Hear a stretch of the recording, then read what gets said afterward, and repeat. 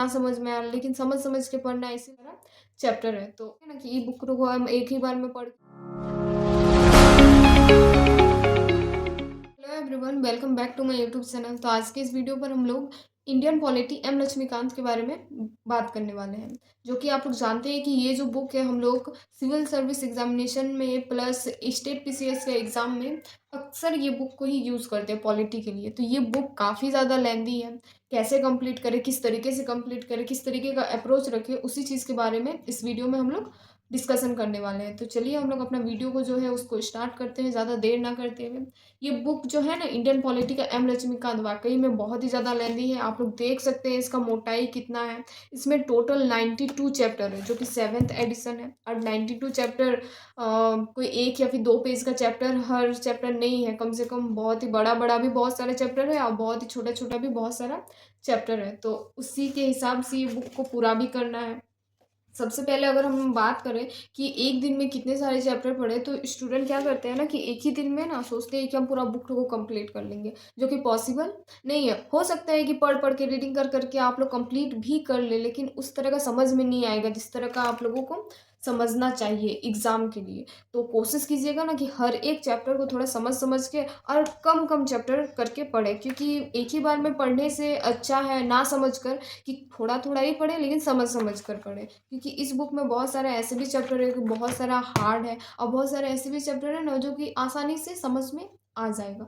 तो चैप्टर को ना थोड़ा सा समझ के और कोशिश कीजिएगा कि एक दिन में जितना चैप्टर हो पा रहा है उतना ही करें। एकदम पूरा जोर लगा के 25 गो 30 गो चैप्टर ना पढ़े, क्योंकि वैसे में अगर पढ़ेंगे ना तो हो सकता है कि ना समझ में आ रहा, लेकिन समझ समझ के पढ़ना है। इसीलिए जितना आप लोगों के अंदर कैपेसिटी है उसी के हिसाब से पढ़िए। अगर एक दिन में 5 चैप्टर पढ़ रहे हैं तो 5 ही चैप्टर पढ़िए, लेकिन समझ कर पढ़िए। 10 चैप्टर पढ़ रहे हैं 10 ही चैप्टर पढ़िए, लेकिन समझ कर पढ़िए। वही हम बोलना चाहते हैं।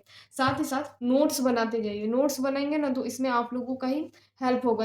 जैसे ही एग्जाम सामने आते जाएगा ना तो फिर आपका नोट्स ही काम देगा इस बुक का। इतना मोटा बुक को तो आप लोग एग्जाम के कुछ दिन पहले नहीं पढ़ पाएंगे। आपका नोट्स ही जो है आपका काम देगा, जो कि एक दिन में पूरा बुक एकदम रिवाइज कर देगा। इसलिए नोट्स तो ज़रूर बनाइए। हर चैप्टर का नहीं, बट जो जो इम्पोर्टेंट चैप्टर है उस चैप्टर का तो नोट्स बनाना ही पड़ेगा। साथ ही साथ इस बुक में बहुत सारे ऐसे इम्पोर्टेंट पॉइंट हैं, बहुत सारे ऐसे इम्पोर्टेंट चीज़ें हैं जो आप लोगों को याद रखना पड़ेगा और एक बार में याद नहीं हो पाएगा। आप लोगों को बार बार पढ़ना पड़ेगा। इनफैक्ट जितने भी सारे यूपीएससी में बुक्स है ना जो इम्पोर्टेंट बुक में आता है, जैसे कि स्पेक्ट्रम हो गया, एम लक्ष्मीकांत हो गया, फिर और भी आर एस शर्मा वगैरह बहुत सारा बुक है। उस बुक सब ना कोशिश कीजिएगा कि बार बार पढ़ने का, क्योंकि एक बार में पढ़ के तो कोई समझता है नहीं। एक बार सोचेंगे ना कि ई बुक को हम एक ही बार में पढ़ के कंप्लीट कर देंगे और पढ़वे नहीं करेंगे, तो ऐसा नहीं हो पाएगा। आप लोगों को बार बार पढ़ना पड़ेगा और बार बार रिवाइज करना पड़ेगा। जितना बार बार पढ़ेंगे ना उतना जल्दी आप लोगों का जो पॉइंट है, जो इंपॉर्टेंट लाइन्स है, वो सब याद हो पाएगा।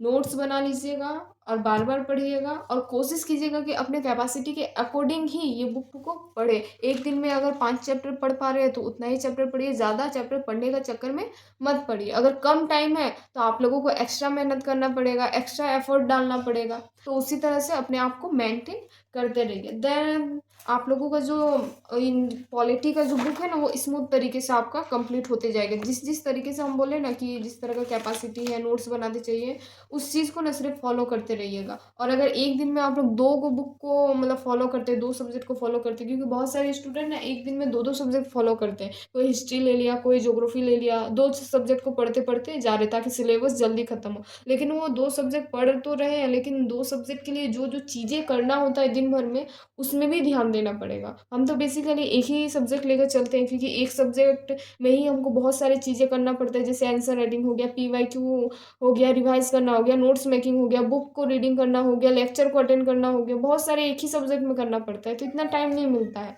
अगर हो सक रहा है 2 सब्जेक्ट कोई मतलब फॉलो कर रहा है, उसका मेंटेन हो पा रहा है तो भाई करे। बट अगर नहीं हो पा रहा है तो फिर एक ही सब्जेक्ट लेकर चलेगा। अगर पॉलिटी लेकर चल रहे हैं तो फिर पॉलिटी लेकर ही चलिए। 2-3 महीना पढ़ लीजिए, जैसे ही खत्म हो जाएगा देन उसके बाद नेक्स्ट जो भी है आप लोगों का सिलेबस, जो भी आप लोग उस सब्जेक्ट में जाना चाहते हैं उस सब्जेक्ट में जाइए।